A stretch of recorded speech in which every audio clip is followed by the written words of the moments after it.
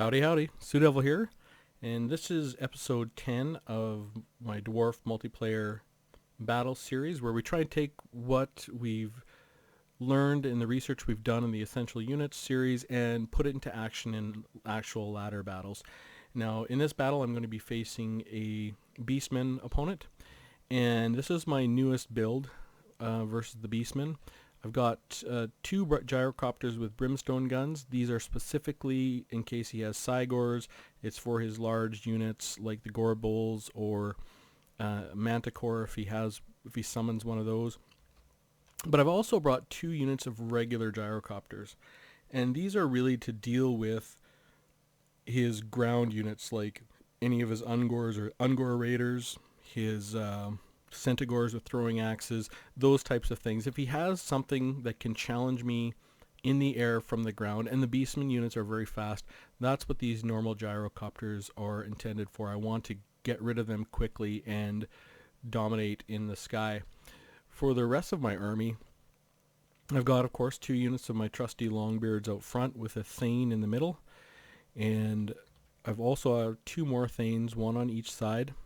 So I've got the three Thane builds, all with three potions. And against the Beastmen, those Gore Bulls are so tough to deal with. You know, the Slayers are a pretty good answer versus them, but you need to be able to kind of hold up. And the Thane cannot take a Gore Bull one-on-one, not even close. So really, they're just to try and manage his hero units. And of course, I've got two units of Slayers for his large units, and a unit of Longbeards with great weapons, and those are specifically intended for his Gore Bull or his hero units, or if he has a Bestigo herd or something armored. And then of course I have a Runesmith with the Rune of Negation and the Rune of Oath and Steel, and Thorgrim Grudgebearer, again with the +8 melee attack ability, and that really makes sure these guys 46 melee attack for my Longbeards is fantastic. 54 for the Slayers, and that's going to be against larges also really good. I mean, I've got a lot of melee attack and a lot of power in this small ball. For his army, he actually brought two Cygors, which I don't think you're normally going to see that, because usually you can just summon two Cygors. I don't know why you wouldn't. Well, I guess I know why. He's brought 4 Gore Bulls with 2 potions each, I believe. Oh, this guy has 1 potion. 1 potion. Oh, no, 2. Okay, so... And Kazrak the One-Eye on a chariot. So he's got the full hero build, and that's maximizing these Gore Bulls who are crushing. So that's probably why. Like, you can summon these guys, which I think is obviously a better value, and I can see why you'd want to bring the Cygor versus the Dwarfs. If the Dwarf army is trying to camp and out artillery you, I know from experience, having been crushed by a Beastman army, these guys are going to do more damage to you than you are to them if it's an artillery battle. And just for his extra cash, he brought 3 Ungor Spearmen with shields. I assume just because he couldn't get another big unit. So it's a very small army, very elite. These Gore Bulls are going to be tough to deal with. So we'll press play and see what happens. The very first thing I want to do is I want to get these gyrocopters, the regular ones, over and start going to work on these Ungor Spearmen. They do a ton of damage with their steam guns, and I want to get these gyrocopters with brimstone guns going to work on one of these Cygors and trying to take him out. So I'm 100% focused on that. Now, one of the things the Beastmen have is all across the board a ton of speed. So I'm thinking to myself, I have a ton of time, so I'm just going to aim these guys at this one Cygor, aim these guys at this Ungor Spear, and I'm going to try and do all my bombing runs and get rid of these 3 units as quickly as I can. What I don't notice is, if you see what's going off the bottom of the screen, these guys are incredibly fast, and I am 100% focused on these Ungor Spearmen, which are worth very little. But, sometimes I feel like the typewriter on Sesame Street. They're just going down the street, minding my own business, not thinking about anything else. Noody. So And I think this has gotten worse with age. You know, you get less and less situationally aware. Maybe that's not the case for everyone, but it's certainly the case for me. So I'm going to town, thinking about my bombing runs, thinking about where to bring my gyrocopters, and this is happening. He's coming hard into my front line. I don't even see him. Honestly, I never even noticed they were there. So I'm going to take the charges from all of these guys without even looking. And these guys, like, look at that. It's just ridiculous. These Gore Bulls are so powerful. And they're armor piercing. I mean, he's got all his buffs on. He is just going to work. And there's me, you know, controlling my gyrocopters. You know, I've got these guys routing, which means absolutely nothing in this battle. Meanwhile, I haven't even noticed. Well, I finally noticed here. And I'm getting everyone going. I got my Rune of Negation, my Rune of Oath of Steel, and I'm starting to bring my Slayers over. And this has happened so fast from my perspective, having just been looking over here. I'm still not fully aware of who's where, what's going on, what the damage counts are. And you're going to watch this thing. He is going to have a front row seat to an awesome battle. And let's go look from his perspective.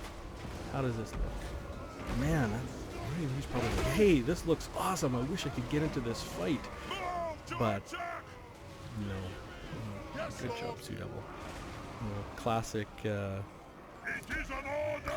lack of perception of what's going on, lack of situational awareness. And that's something I really got to work on. I mean, I don't know how to get it back.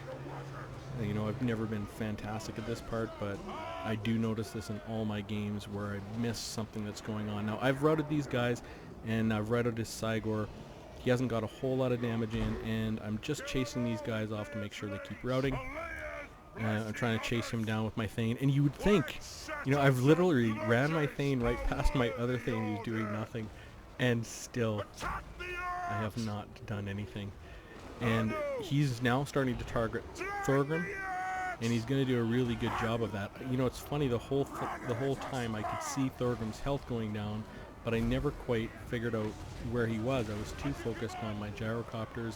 I've routed a Sigor, which is good. I'm trying to maintain these guys. I brought these ones down. These guys are shattered. I'm trying to make sure they stay out. I don't know why. They have very little relevance to the outcome of this battle at this point, but I should have been 100% focused in here. And this Thane, still watching.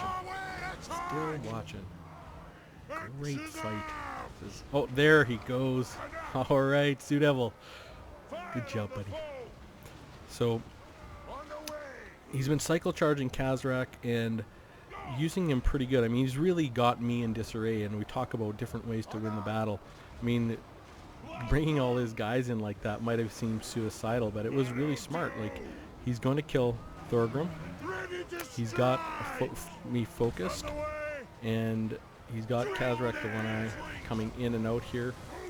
And I'm trying to pick targets so that they can get 2 or 3 on ones. And this was a bad move. Obviously, you do not go into a group of Slayers for any reason. And he brings in his Gore Bull to try and finish off Thorgrim Grudgebearer. And I believe it's going to happen sooner rather than later. He's down to 341 health, and there he goes. So unfortunately Thorgrim's died, but fortunately my dwarves have fantastic morale, and they're going to work on this Gore Bull. My Longbeards will do some good work on him, and I'm trying to target down Khazrak. I know that if I can get rid of him, that can finish off the battle. I have no good targets for my regular gyrocopters with their steam guns, so I'm just trying to get some morale damage on this Sigor. I do want to make sure these units keep routing, so I'm kind of keeping an eye on them. Again, I probably shouldn't have. I should have been just 100% focused on trying to create 2-on-1s over here. And you can see that I've definitely gotten his Gore Bull down, and these Longbeards and Slayers are doing their job. They go through and go right through his potions and are able to work him all the way down. And I believe they're going to kill him. You know, these guys are fast, but oh, I sent my gyrocopters after him. I think I have 1 bullet left, and I got him. That was the last bullet out of those gyrocopters. So everything's left right here. Kazrak is he dead? Yep. So from here out, there's nothing much left to do. My units are just going to converge, and I think he calls it pretty soon here. Yeah, these guys start to rout. This Gore Bull is not going to make it, and he calls it at this point. So not a great battle. The gyrocopters did good, but they were going up against Ungors, and I think these are a good choice for this. And I think this composition feels pretty good, although I didn't demonstrate that in this battle. Really, obviously demonstrated my lack of situational awareness, and it's something that I'm always thinking about, and I always notice in every post-battle analysis, but it's really hard to practice or train that. And if there's anybody out there that has good training skills or good practice for that specific skill, I'd love to hear about it, because I do practice a lot and do a lot of testing. But my Slayers, you know, they didn't get a lot of kills, but they were basically attacking his elite units in the entire game, and that goes for the same for everybody. You know, these are the guys who killed all the Ungors, and the rest of my guys didn't do a whole lot. I mean, I'm assuming this is the Thane that watched most of the battle.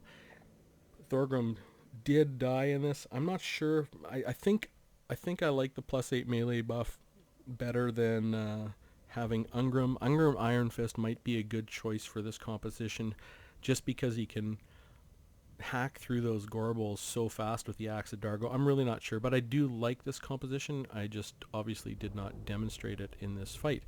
And if you're ever wondering what a 4 Gore Bull build can do, well, there you go. These 5 guys took on the whole rest of my army very capably, and once these guys got in, they did some damage. So anyways, hope you found that interesting, and if you have any good practice techniques for improving situational awareness, leave some comments down below. I'd love to hear them. Anyways, I'll see you soon.